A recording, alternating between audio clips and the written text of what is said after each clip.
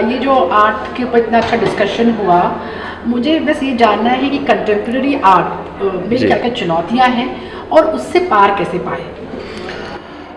Contemporary art जैसे मैंने आज का एक बड़ा यूजफुल ये इवनिंग रहा, और so important for the all contemporary artist as well as the our nation also, you no.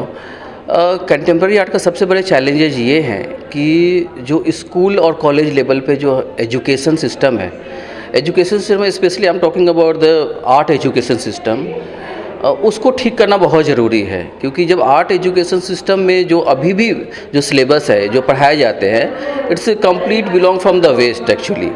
India का जो आज हम बात कर रहे थे कि नहीं, root is the how important for the contemporary art, बच्चों को वहाँ पे रूट के बारे में कुछ जानकारी ही नहीं है। पूरे 4 साल या 6 साल जब वो स्टडी करते हैं, they never associate with the any tribe artist, any folk artist as well as the traditional artist. So सिर्फ किताबें में उनको कुछ पढ़ाए जाते हैं कि ये हमारा ट्रेडिशन है, ये हमारा अजंता है, ये हमारा एलोरा है, और इस तरीके के फोक आर्ट होते हैं, इस तरह के हजारीबाग ट्राइब होते हैं या वॉटेवर, या फिर छत्तीसगढ़ का ट्राइब होता है, but they can not understand about the actual medium of the tribe art, actual aesthetics of the tribe art, actual the visual sense of the folk art. तो उनकी अंडरस्टैंडिंग नहीं है। तो पहले तो हमें उस लेवल पे ठीक करना चाहिए कि हमारे जो भारत का रूट है उसको बच्चों को बताना चाहिए, क्योंकि वही आने वाले समय में फ्यूचर में कंटेम्प्रेरी आर्टिस्ट बनने वाले हैं। तो उनको जब वहाँ से निकल के आते हैं और फिर कंटेम्प्रेरी आर्ट को देखते हैं तो उनको अंडरस्टैंड करना बहुत मुश्किल हो जाता है। तो फर्स्ट उस लेवल पे हमें ठीक करना चाहिए। मैं कह सकता हूँ एज एकेडमिशियन कि मैंने 25 साल तक डिफरेंट यूनिवर्सिटी में मैंने एज ए प्रोफेसर पढ़ाया है, हेड और डीन के रूप में भी मैंने काम किया है, और मैंने हमेशा प्रयास किया है कि सिलेबस को अपडेट किया जाए अकॉर्डिंग टू जो रिक्वायरमेंट है आज के डेट में भारत का, वो उसके हिसाब से करना चाहिए। अगर हम चाइना की बात करते हैं, हम अदर कंट्री की बात करते हैं, they are very much rooted. उनके आर्ट में उनका रूट्स दिखाई देता है, हमारे इंडियन में भी दिखाई देता है, but very few artist who are established. But हमारे जो अपकमिंग आर्टिस्ट हैं उनके लिए हमें इसी को रूट को डेवलप करना चाहिए, सिलेबस को ठीक करना चाहिए पहले भी। दूसरी बात है कि और इम्पॉर्टेंट है कि कंटेम्प्रेरी आर्टिस्ट को सबसे बड़ी जो मुश्किल है आज के डेट में वो सर्वाइव करना है। मैंने आप दिल्ली और दिल्ली एनसीआर में देखे तो so many artist they are coming from the different state और रीजन, लेकिन उनको सर्वाइव करना बहुत मुश्किल है। तो एक आर्ट मार्केटिंग का कॉन्सेप्ट ज़रूर डेवलप होना चाहिए देश में, और ऑक्शन हाउस जैसे कॉन्सेप्ट जो है, जो वर्ल्ड के अलग अलग कंट्रीज में है, वो इंडिया में अभी तक वो डेवलप नहीं है, तो उसको हमें डेवलप करना चाहिए। और मुझे लगता है कि दिस द टाइम कि उसके ऊपर इम्पॉर्टेंट तरीके से सोचना चाहिए, उस पर काम करना चाहिए। सो ये 2 बड़े इंपॉर्टेंट चैलेंजेस है कंटेम्प्रेरी आर्ट को, उसको हमें सॉर्ट आउट करना चाहिए फर्स्ट। जिस तरह आपने एनजीएमए के बारे में बताया, आपने कुछ अच्छे पहल के बारे में बताया कि जो आप सोच रहे हैं, इनसे पहले भी जो एक सर थे वो भी काफ़ी कुछ करते थे इस पर, बट आपने भी कई नई चीज़ें सोची हैं करने के लिए। तो वो क्या चीज़ करेंगे कि क्या कुछ कदम उठाएंगे आर्टिस्ट के भलाई के लिए?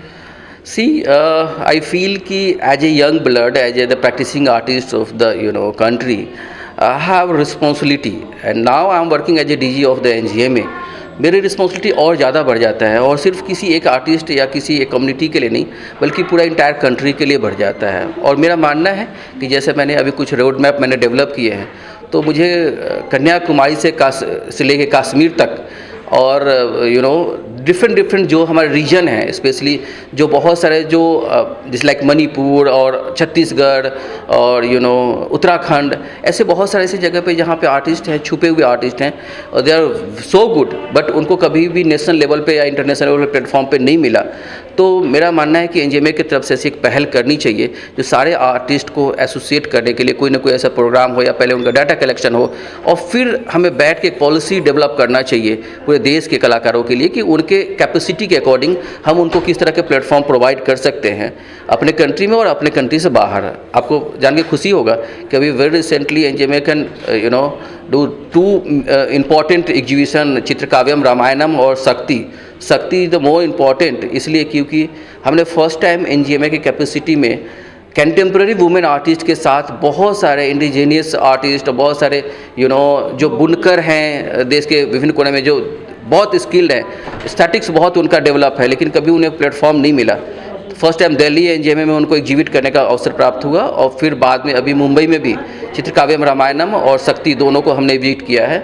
लोगों ने बहुत ही अप्रिशिएट किया है और वो पूरा शो अभी आने वाले समय में बेल्जियम के मोस्ट आर्ट गैलरी के साथ हम करेंगे, बेल्जियम में करेंगे और यूके के अदर्स गैलरी में भी हम प्लान कर रहे हैं कि उनके वुमेन एम्पावरमेंट को हम कैसे शोकेस कर सकते हैं, उनको कैसे डेवलप कर सकते हैं उन कलाकारों को। सो ऐसे बहुत सारे एनजीएमए की तरफ से पहल किया जा रहा है। अभी आपको आने वाले समय में जुलाई में एक और इम्पॉर्टेंट प्रिंट मेकिंग को लेकर एक शो देखने को मिलेगा, जिसमें पहली बार एनजीएमए की तरफ से करीब 250 महिला कलाकारों को पूरे देश से ओपन कॉल के जरिए बुलाया गया, उनके प्रिंट को हमने इकट्ठा किया है और उनका एक बड़ा बृहत एग्जीबिशन एनजीएमए में करने वाला हूँ मैं। ये जो विकसित भारत का हमने देखा, हम भी गए थे मुंबई से कवर किया जी, बहुत अच्छा लगा। और क्या हम एक्सपेक्ट कर सकते हैं कि भविष्य में इस तरह के शो और होंगे? It's really great to have the विकसित Bharat concept as a DG NGMA. कह सकते हैं कि मैंने जब इस पहल को अपने कंधों पे लिया था तो बहुत शॉर्ट पीरियड में मैंने इस काम को कर पाया और मेरी ये बड़ी उपलब्धि मैं अपने आप को मानता हूँ, क्योंकि पहली बार एनजीएमए के प्लेटफॉर्म से देश के करीब 15,000 कलाकारों को एक साथ पुराने किला पे हमने बुलाया। पुराना किला आप सब जानते हैं कि वो महाभारत काल से बिलोंग करता है, तो हम अपने देश की रूट की जब बात करते हैं तो उस जगह पे एक साथ 15,000 कलाकारों को बुलाना और कलाकारों में multiple artist, eminent artist, practicing artist, upcoming artist as well as the school students also, पूरे देश से करीब 60,000 लोगों को हमने वर्चुअल माध्यम से उसमें जोड़ा। देश के 2 प्रमुख मंत्री, cabinet minister mister Piyush Goyal ji और माननीय जयशंकर जी आए उसमें, साथ ही माननीय प्रधानमंत्री जी ने सेम डे उसको ट्वीट किया, अपने हैंडल से ट्वीट किया। तो ये एक बड़ी उपलब्धि हुई है। मेरा मानना है कि आने वाले समय में जो रोड मैप मैं बना रहा हूँ एनजीएमए की तरफ से, वो उसके तहत बहुत सारे ऐसे देश के एक सर्वांगीण विकास के लिए और जो माननीय प्रधानमंत्री का जो विजन है 2047 में विकसित भारत होने के लिए, उसके तरफ हम एक कदम और बढ़ाएं और ऐसे कई कदम बढ़ाने होंगे, तब जाके हम कलाकार समुदाय को विकसित भारत से जोड़ पाएंगे और आने वाले समय में हमारे कलाकारों का स्वर्णिम युग तभी हमें देखने को मिलेगा। Thank you so much. Thank you so much. Thank you very much. क्या क्या चैलेंजेस हैं कंटेम्प्रेरी आर्ट? कंटेम्प्रेरी आर्ट के चैलेंजेस तो बहुत हैं, लेकिन इस वक्त जो हमने एक एग्जीबिशन क्यूरेट किया है मैंने, उसका नाम है Urja the feminine light in Indian art.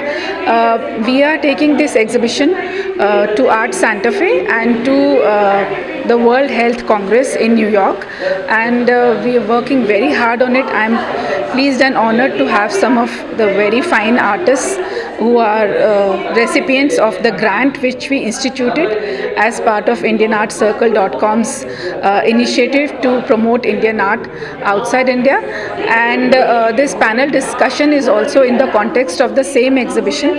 What we are doing is, at Art Santa Fe there are going to be 3 grantees, and then this same exhibition in a more expanded version, it goes to the World Health Congress in New York, where we are going to have the art of some of the better known Indian artists, women artists, other than the ones who are participating. So we are going to have 9 women artists participating there. Among them is also Arpana Kaur, and we hope that this will be a glimpse of Indian art for people outside India, a chance for them to view and appreciate and admire and acquire. Let's not forget, the business of art is so very important. It's the livelihood, and it's the foundation of going forward. I mean, all this discussion is one thing, but the business is also important. We should not be ashamed in saying that we need sponsorship, and we are happy to make sales and bring back the money and the appreciation all the way back to our country. Challenges क्या देखती है आप contemporary art में?